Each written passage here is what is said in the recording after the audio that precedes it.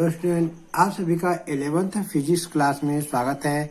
आज पढ़ेंगे हम अध्याय 11 द्रव्य के तापीय गुण। पाठ का नाम है तापीय। आज पढ़ेंगे विशिष्ट ऊष्माधारिता या विशिष्ट ऊष्मा। जब विभिन्न ताप वाली दो वस्तुओं को मिलाया जाता है या संपर्क में रखा जाता है तो अधिक ताप वाली वस्तु के द्वारा ऊष्मा दी जाती है तथा कम ताप वाली वस्तु के द्वारा ऊष्मा ली जाती है। हम सभी जानते हैं जब दो विभिन्न ताप वाली वस्तुओं को मिलाएंगे तो जिसका ताप ज्यादा रहेगा वो ऊष्मा देता है। अधिक ताप वाली वस्तु ऊष्मा देता है और कम ताप वाली वस्तु ऊष्मा लेता है।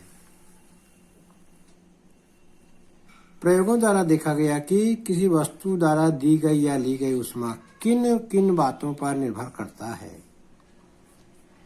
तो ली गई या दी गई ऊष्मा वस्तु के द्रव्यमान के अनुक्रमानुपाती होती है। जिसका द्रव्यमान ज्यादा होगा वो ज्यादा ऊष्मा लेगा या ज्यादा ऊष्मा देगा। दूसरा, वस्तु के ताप में वृद्धि के अनुक्रमानुपाती होती है। यदि हम किसी वस्तु को ज्यादा ऊष्मा देंगे तो उसके ताप में ज्यादा वृद्धि होगी, कम ऊष्मा देंगे तो उसकी ताप में वृद्धि कम होगी। वस्तु के पदार्थ की प्रकृति पर निर्भर करती है। पदार्थ जो है, वस्तु जो है किस पदार्थ का है उस पर भी दी गई ऊष्मा या ली गई ऊष्मा निर्भर करता है।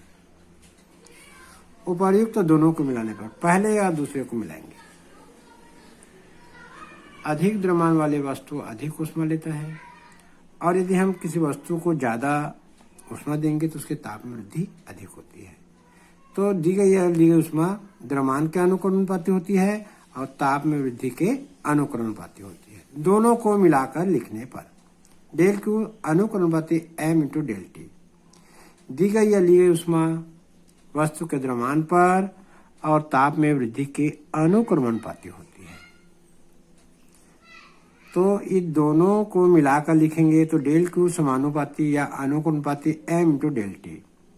ये चिन्ह को हटाएंगे तो नितांक लगेगा, S एक नितांक है। अब ये दोनों पार्ट इक्वल हो गया, S एक नितांक है, S एक अनुपातिक नितांक है जिसे वस्तु के पदार्थ का विशिष्ट ऊष्माधारिता कहते हैं। अब जो हम उपर्युक्त समीकरण से S का मान निकाल सकते हैं। उपर्युक्त समीकरण क्या था? Del Q equal to m into S into del T. तो s बराबर क्या हो जाएगा? Del Q upon m into del T. विशिष्ट ऊष्माधारिता का सूत्र बन जाएगा s बराबर del Q upon m into del T. इसे शब्दों में लिखें तो क्या होगा?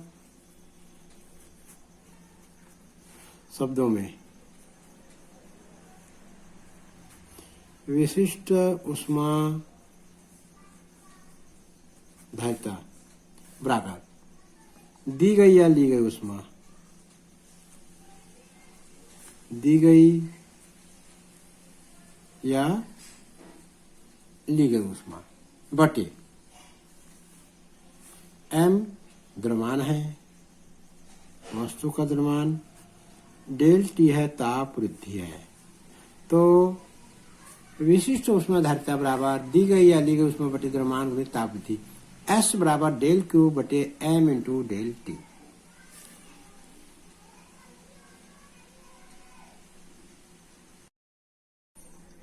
उपर्युक्त समीकरण एक में समीकरण एक था S बराबर डेल क्यू बटे m इंटू डेल टी।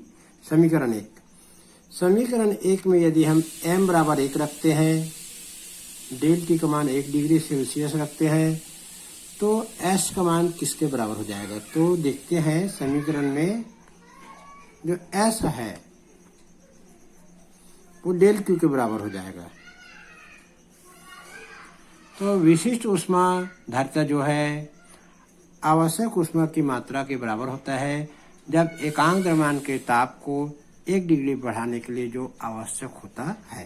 तो इसकी हम परिभाषा लिखेंगे। विशिष्ट ऊष्मा की परिभाषा, अतः किसी पदार्थ की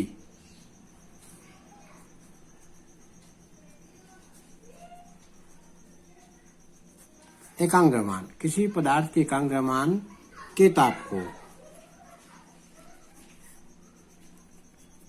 किसी पदार्थ की एकांक द्रव्यमान के ताप को 1 डिग्री सेल्सियस बढ़ाने 1 डिग्री सेल्सियस बढ़ाने के लिए आवश्यक ऊष्मा की मात्रा को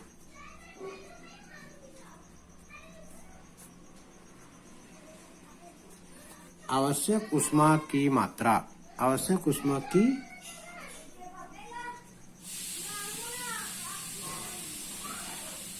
किसी पदार्थ की एकांक द्रव्यमान के ताप को 1 डिग्री सेल्सियस बढ़ाने के लिए आवश्यक ऊष्मा की मात्रा को उस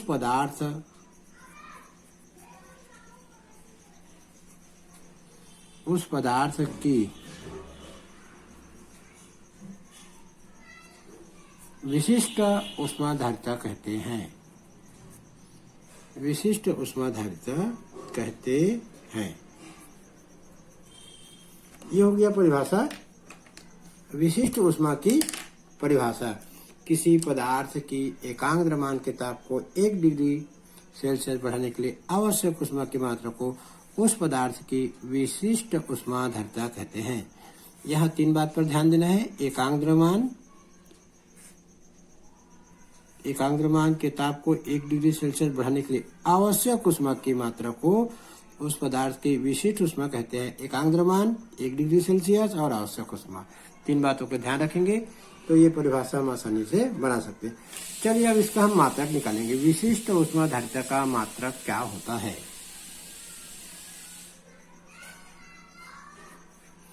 तो विशिष्ट ऊष्माधारिता को S से दर्शाते हैं। S का मात्रक बराबर डेल क्यू बटे m into del T. Del Q का मतलब ऊष्मा की मात्रा जूल, द्रव्यमान का मात्रक किलोग्राम, ताप का मात्रक है केल्विन। तो SI पद्धति में यहां लिखेंगे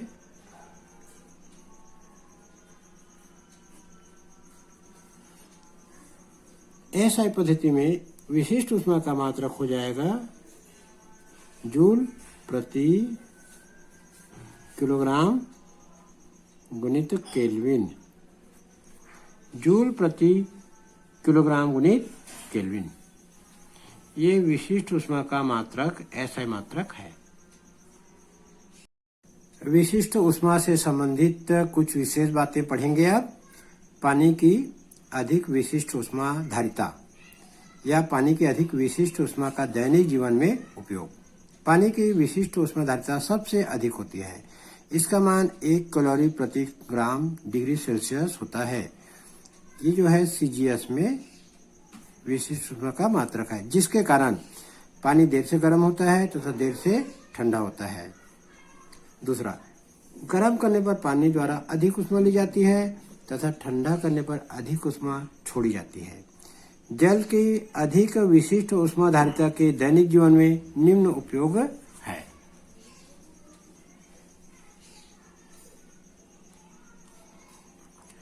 रोगी की शिकायत गर्म पानी के बोतलों से की जाती है। ये हम सब जानते हैं, घरों में बीमार व्यक्ति की गर्म पानी की बोतल से शिकायत की जाती है। तो इसका कारण जानेंगे। पानी की विशिष्ट ऊष्माधारिता अधिक होने के कारण उसमें ऊष्मा की अधिक मात्रा निहित होती है। सिकाई के समय पानी धीरे धीरे ठंडा होता है। ये इसका मूल कारण है। गर्म पानी यदि हम बोतल में भर देंगे तो वो धीरे धीरे ठंडा होगा, जिससे अच्छे से सिकाई बीमार व्यक्ति की हो सकती है। तो ये है पानी की विशिष्ट ऊष्माधारिता का दैनिक जीवन में उपयोग। दूसरा पढ़ेंगे, जाड़े में किसान फसलों को पाला से बचाने के लिए रात में खेतों में पानी भर देते हैं। पानी की विशिष्ट ऊष्माधारिता अधिक होती है। वह जल्दी ठंडा नहीं हो पाता। ठंडा होने में अधिक ऊष्मा छोड़ता है। फलस्वरूप आसपास का ताप 0 डिग्री सेल्सियस उससे कम नहीं हो पाता। वातावरण का ताप पाला बनने के अनुकूल नहीं होने के कारण पाला नहीं बन पाता। अतः खेतों में पानी भरने से फसलों की रक्षा हो जाती है। जाड़े में किसान फसलों को पाला से बचाने के लिए रात में खेतों में पानी भर देते हैं। पानी की विशिष्ट ऊष्माधारिता अधिक होती है, जल्दी ठंडा नहीं हो पाता तथा ठंडा होते समय अधिक ऊष्मा छोड़ता है। फलस्वरूप आसपास का ताप 0 डिग्री सेल्सियस उससे कम नहीं हो पाता। वातावरण का ताप पाला बनाने के अनुकूल नहीं होने के कारण पाला नहीं बन पाता। अतः खेतों में पानी भरने से फसलों की रक्षा हो जाती है। चलिए दैनिक जीवन में एक और उपयोग इसका पढ़ेंगे।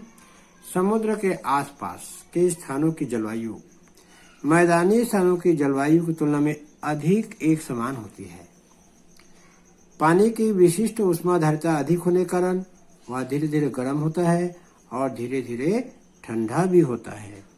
समुद्र के आसपास के स्थानों की जलवायु लगभग एक समान बनी होती है। इसके विपरीत कम विशिष्ट ऊष्मा होने के कारण दिन में मिट्टी जल्दी गर्म हो जाता है और रात में जल्दी ठंडी भी हो जाती है। अतः मैदानी स्थानों की जलवायु बहुत अधिक परिवर्तित होती रहती है। मैदानी स्थानों की जलवायु बहुत अधिक परिवर्तित होती रहती है क्योंकि मिट्टी की विशिष्ट ऊष्मा कम होती है और पानी की विशिष्ट ऊष्मा अधिक। चलिए अब हम दूसरा परिभाषा पढ़ेंगे, बहुत महत्वपूर्ण है। ऊष्माधारिता किसी वस्तु के ताप को 1 डिग्री सेल्सियस बढ़ाने के लिए आवश्यक ऊष्मा की मात्रा को उस वस्तु की ऊष्माधारिता कहते हैं। विशिष्ट ऊष्माधारिता में एकांक द्रव्यमान आता है और ऊष्माधारिता केवल ऊष्माधारिता की परिभाषा पढ़ेंगे तो किसी वस्तु लेना पड़ेगा। किसी वस्तु के ताप को 1 डिग्री बढ़ाने के लिए आवश्यक ऊष्मा की मात्रा को उस वस्तु की ऊष्माधारिता कहते हैं। विशिष्ट ऊष्माधारिता थोड़ा अलग है। किसी पदार्थ के एकांक द्रव्यमान के ताप को 1 डिग्री सेल्सियस बढ़ाने के लिए आवश्यक ऊष्मा की मात्रा को उस पदार्थ की विशिष्ट ऊष्माधारिता कहते हैं। चलिए अब ऊष्माधारिता का हम सूत्र निकालेंगे।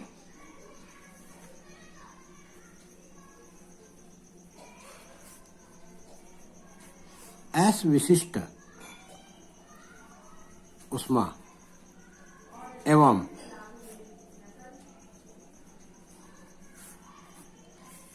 m द्रव्यमान वाली वस्तु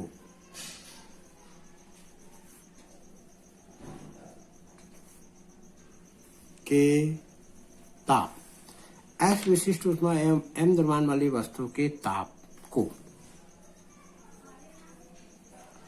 1 डिग्री सेल्सियस बढ़ाने के लिए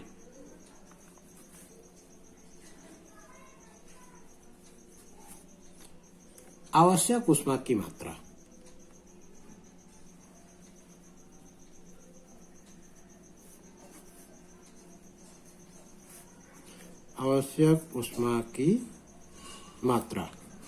तो इसका सूत्र होगा डेल क्यू बराबर m into del S T, m into S into del T, M S del T. अब यदि ताप का मान हम 1 डिग्री रखेंगे तब जो डेल क्यू ऊष्माधारिता कहलाएगा। चलिए रख देते हैं। डेल क्यू बराबर m into S into 1। Del T की जगह हम रख देंगे 1, क्योंकि हमें ताप जो है 1 डिग्री सेंटीग्रेड बढ़ाना है तो जो ऊष्मा की मात्रा है वो कहलाएगी ऊष्माधारिता।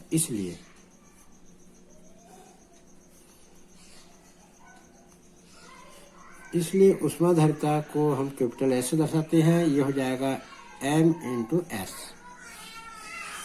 समीकरण 1, ऊष्माधारिता S बराबर m इंटू एस। अब इसकी हम परिभाषा लिखेंगे। किसी वस्तु की ऊष्माधारिता, किसी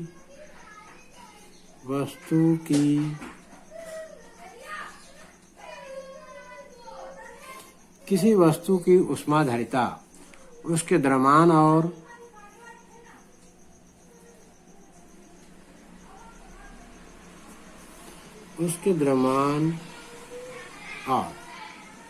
उसके विशिष्ट ऊष्मा के गुणनफल,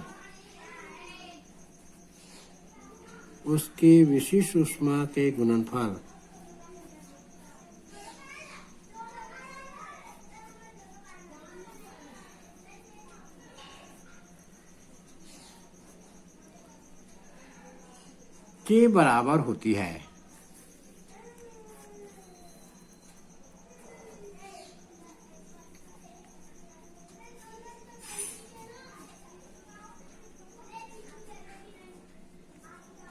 किसी वस्तु की ऊष्माधारिता उसके द्रव्यमान और उसकी विशिष्ट ऊष्मा के गुणनफल के बराबर होती है।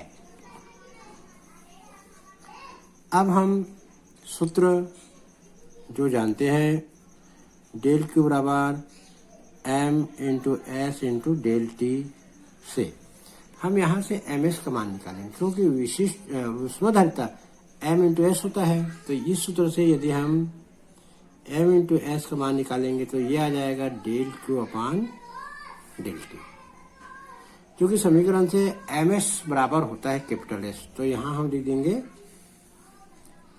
m इंटू एस को लिखेंगे कैपिटल S बराबर del Q upon del T.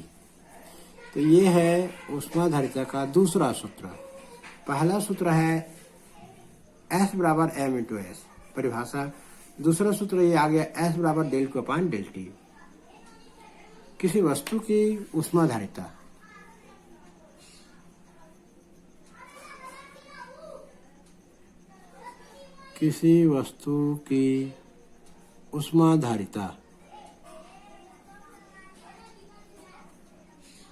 वस्तु को दी गई ऊष्मा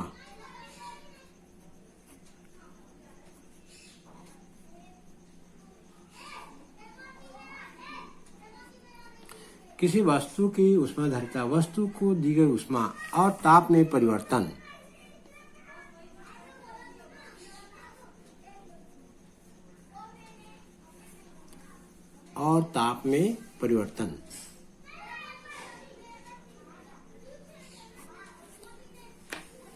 के अनुपात के बराबर होती है।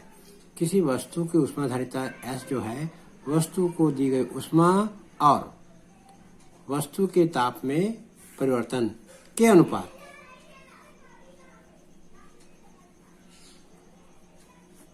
के बराबर होती है।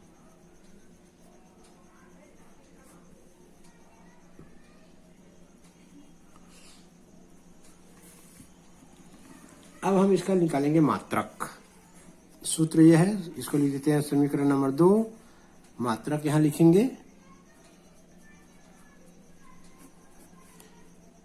यदि SI में लिखेंगे तो डेल क्यू का आएगा जूल और वो आएगा डेल क्यू का आएगा जूल और डेल टी का आएगा केल्विन, जूल प्रति केल्विन।